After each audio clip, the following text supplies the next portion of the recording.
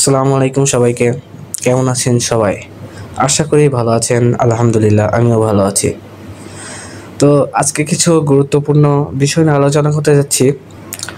যেমন এই যে ধরেন এখন এই যে জামানাটা আসলে আমরা বলে বোঝাতে পারবো না, কিন্তু ছেলে মেয়েগুলো এমনভাবে নষ্ট হয়ে গেছে যে তাদেরকে সেই পথ থেকে আর ফিরে আনা অসম্ভব হয়ে পড়তেছে। যেমন আপনি ধরুন যে একটা ছেলে, সে মাদকে আসক্ত। আসলে সে যখন প্রথমে সিগারেট খাওয়া শুরু করে তখন কিন্তু তার এইগুলো মাথায় আসে না যে সে কখনো অন্য ধরনের কিছু খাবে, যেমন ড্রাগস নেবে, যেমন আপনার গাঁজা খাবে, এমন অনেক বিষয় তাদের মাথার ভিতর থাকে না। কিন্তু পরবর্তীতে এমন হয়ে যায় যে এইগুলোই তাদের জীবনসঙ্গী হয়ে ওঠে। যেমন আমি অনেক ঘটনা জানি এমন, যে আমাদের ওইখানে এমন একটা হয়েছে ঘটনা যে সে খুব ভালো ছেলে ছিল, কিন্তু হঠাৎ এইসব নেশাদ্রব্যে আক্রান্ত হওয়ার কারণে সে কোনো একদিন আত্মহত্যা করে। সে ওইসব বিষয় বাদ দিই। এখন আপনারা ধরে মেয়েদের বিষয়টা ধরেন, যেমন হয়তো তারা সিগারেট কিংবা অন্য মাদকদ্রব্য সেবন করে না, কিন্তু তাদের একটা মানে মূল সমস্যা হচ্ছে যেটা, যে বোরকা পরা। এখন অধিকাংশ মেয়েরা বলবে হ্যাঁ যে তারা বোরকা পরে, কিন্তু আমি সেটা বলছি না যে তারা বোরকা কেন পরে। আমি বলছি যে তোমরা যদি বোরকা পরতেই চাও সেইভাবে পরবা।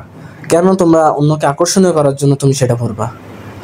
যেমন হাদিসে বলা আছে যে একজন যদি বোরকা পরে, যেমন বোরকা পরার কথা তো এখানে বলা নেই, কিন্তু যে পর্দা করবে এমনভাবে যে সে যে জিনিস পরিধান করে আছে সেটা পরলে তাকে যেন বোঝা না যায় যে সে একজন বৃদ্ধা নাকি একজন যুবতী।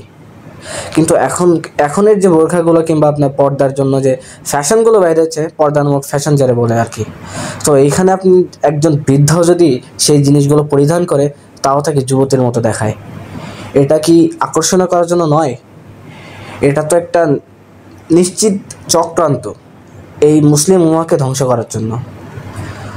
যেটা দিনে দিনে বুঝবেন, অবশ্যই বুঝবেন, ওটা বলে যাওয়া লাগবে না, অবশ্যই আপনারা বুঝবেন সবাই, যে পশ্চিমারা আসলে এই ডিজাইনগুলো করে এবং আমাদের মতো কিছু ভণ্ড মুসলিম আর কি, তারা এইগুলা পরিচালনা করে এই সংস্থাগুলোকে, যে কিভাবে একটা পরিবারকে ধ্বংস করা যায়।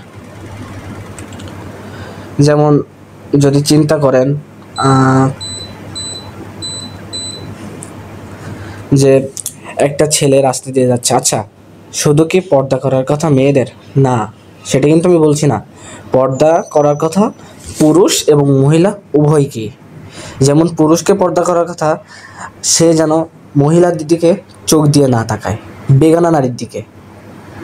এবং একটা মহিলারও এমন কড়া নির্দেশনা আছে, সে যেন কোনো পুরুষের দিকে না তাকায়। তো এখানে তাকানোর বিষয়টা আমি এখন বাদে দিলাম। এখন তো পুরোপুরি খোলা জামানা আর কি। এখন তো কোনো কিছুই ঢাকা নাই যে সেখানে তাকাবে না। এখন যেদিকে আপনি তাকাবেন সেদিকেই চোখ পড়বে, ওই রকম। আপনি কিভাবে নিজের চোখকে সংযত রাখবেন, আমি সেটা বলছি না। বলছি বিষয় আরেকটা, যে এখন যে বোরখাগুলো পরে কিংবা আপনি বলেন যে পর্দা করে আর কি, এগুলোকে আমি পর্দা মানি না, এগুলোকে আমি মনে করি যে বোরখা পরার নামে ভণ্ডামি।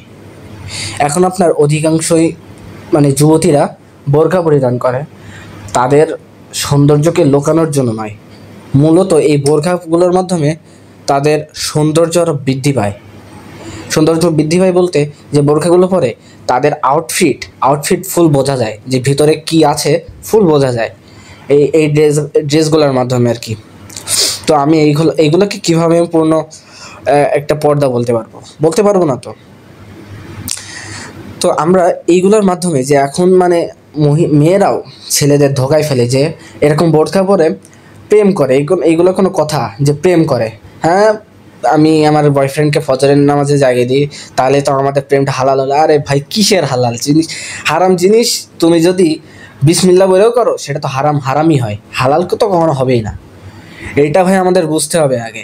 আসলে আমরা বুঝি অন্য কিছু, যে হ্যাঁ আমরা যদি আল্লাহর নামে কোনো কিছু শুরু করি সেটা হালাল হবে। আচ্ছা, আমি যদি বিসমিল্লাহ বলে সিগারেট খাওয়া শুরু করি সেটা কি হালাল হবে আমার জন্য? আপনারা কি বলেন? এটা আসলে আমাদের জেনারেশনকে ধ্বংস করে দিচ্ছে। আমাদের এর ভিতরে কিছু বলার নাই আর। যে জেনারেশনটা কীভাবে ধ্বংস হচ্ছে।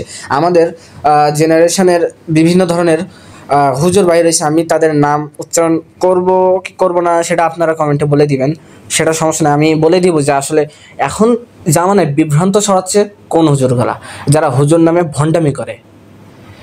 যেরকম আমি একজনের নাম এখন বলতে পারি, আসলে হয়তোবা তার ফ্যান ফলোয়ার অনেক,